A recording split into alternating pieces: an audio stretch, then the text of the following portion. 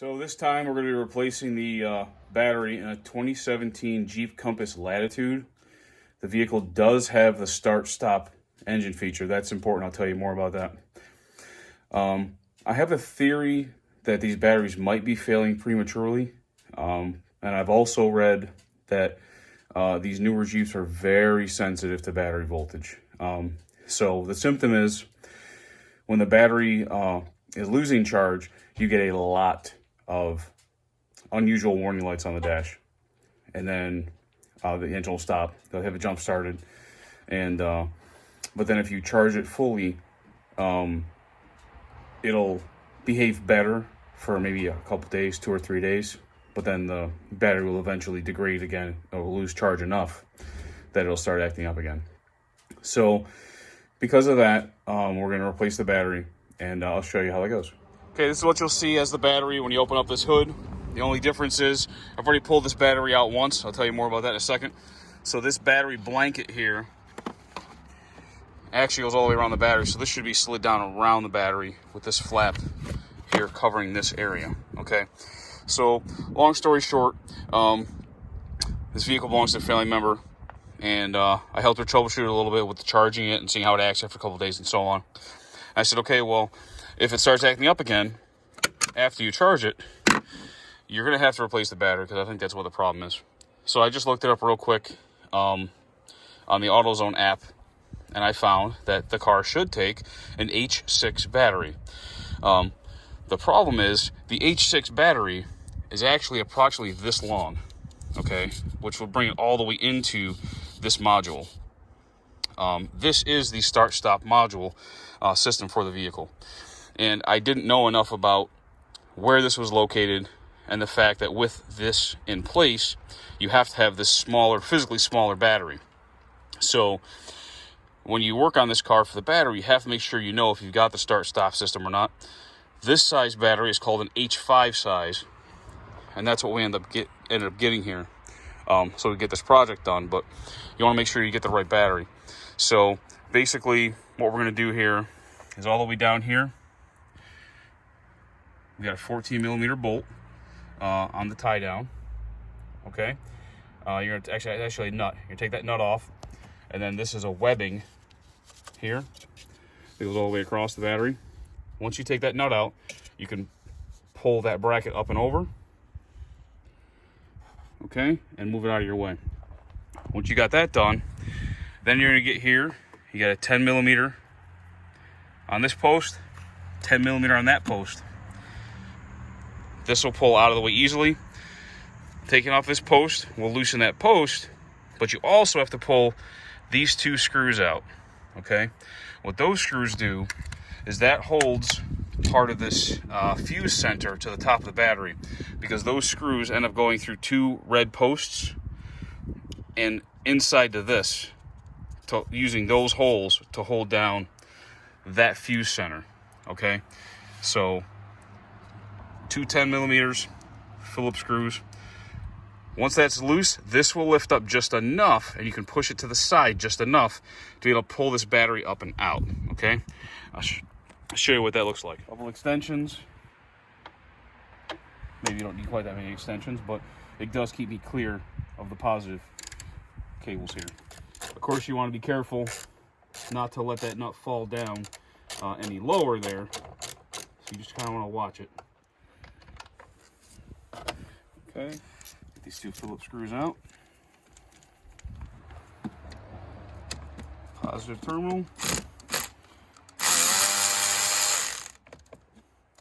And you probably want to be careful not to loosen this too far, because if you do, you're going to have to get in there. It's kind of hard to describe.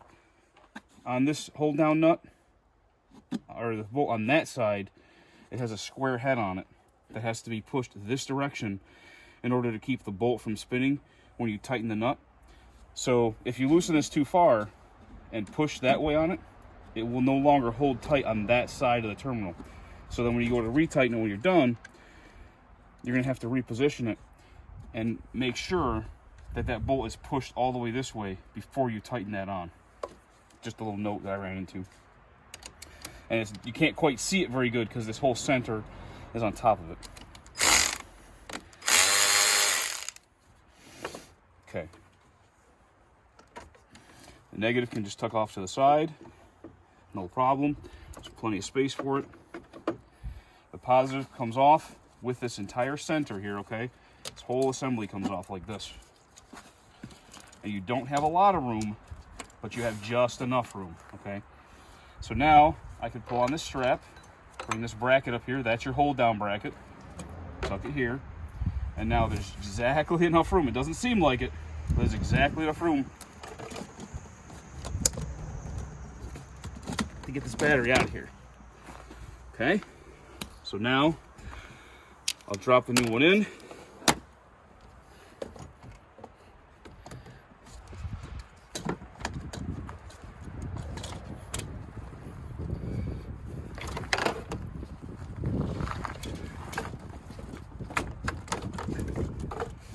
It's a tight fit, but it goes. Now I can get this wrapped around the battery. If you could maneuver it, I could have put this blanket on first, but it goes on pretty easy. Okay, so that's in place. Now we'll go ahead and press the positive terminal back on. Make sure it's well seated. Okay, and I'll tighten that positive.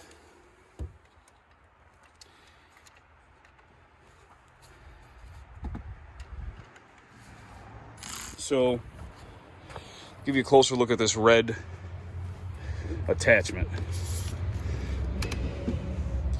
Okay, so this is what those little screws go into to hold that battery center. This part actually broke. It's kind of cold. I was a little brittle.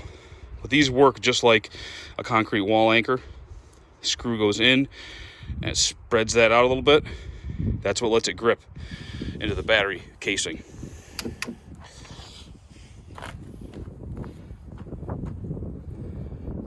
So now I'll press that down in, those two little holes. They go all the way through the top of the battery. Here we go. Put those on. I'm going to turn them back up, back into position. This battery seems, oh, there it is. It felt like it was slightly taller, but I just had to shift it a little bit, and then it seems to be perfect.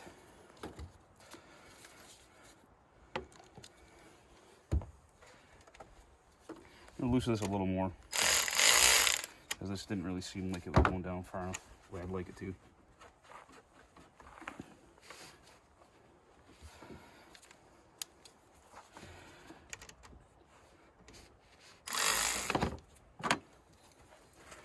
Get this bracket threaded back down there again.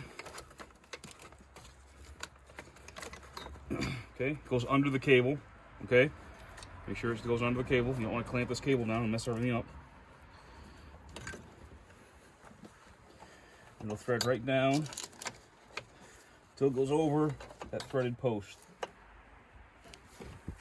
Get the nut down there started by hand, hopefully so we don't lose it in the process. That's the one part, it's not very convenient to get to this bolt. And there's a lot of open spaces next to it, which is why I'm a little concerned about dropping it. But there is enough room if you're careful. Put your hand down there and just pay attention to it. You'll be fine.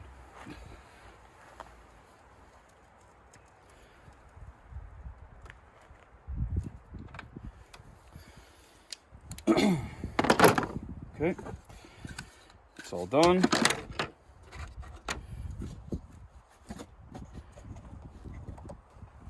Nothing left to do. Let's put this cover back on.